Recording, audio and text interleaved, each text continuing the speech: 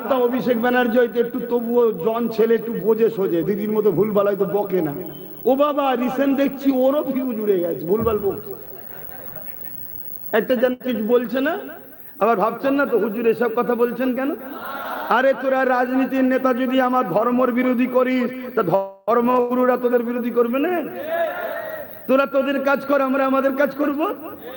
তুই ইফতার পার্টিতে চলে যাচ্ছিস, ঘুমটা দিয়ে রেড রোডে নামাজ পড়তে চলে যাচ্ছিস, তারপরে কি বলে ওয়াকফকে মিটাতে চাইছিস, কবরস্থান মিটাতে চাইছিস, আবার এখন বলছিস হজ করতে যেতে হবে না, আগে ভোট দাও। আরে এসব কি বলছিস? তুই যখন আমার ধর্মে মাথা গলাচ্ছিস, তা আমরা মৌলী সাহেব কোনো কি ঘাস খাচ্ছি নাকি? হ্যাঁ, তা আমাদের তো মাথা গলাতে হবে। এবার যখনই মাথা গলাচ্ছি তখন তুই বলছিস ধর্মে জলসা হিসাব বলবে কেন? আরে আমার বলার জায়গাতে এইটাই। তা আমি তো এখানে আমার বাপ ভাই মা বোনেদেরকে বলবো, যারা হজ করতে নিষেধ করে তাদেরকে খবরদার ভোট দেবে না। এ বলা অন্যায় হবে? হ্যাঁ, যারা আমার ওয়াকফকে মিটাতে চায় তাদেরকে ভোট দিয়ে মসজিদের দুশ্মন হয়ে জাহান্নামে যেও না। বুঝাবো না? তখন তুমি বলছো হুজুর কেন বলছে, তা তুই তোর বদমাইশিটা শুধরে তাহলে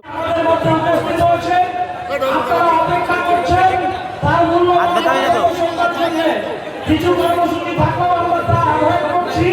আপনাদের সামনে বক্তব্য উপস্থাপন করছেন চেয়ারম্যান নওশাদ সিদ্দিকী সাহেব, আমি তাকে বলবার জন্য আহ্বান করছি।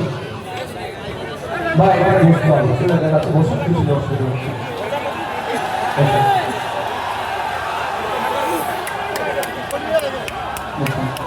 এইটা বলুন, এইটা বলুন ভাইজান। ও ভাইজান,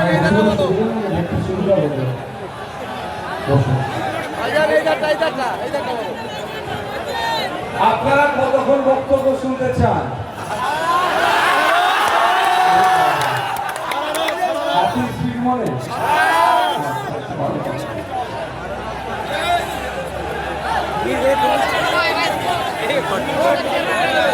আচ্ছা আপনারা বলুন,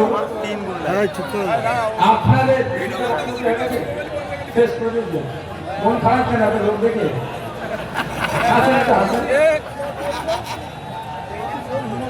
আচ্ছা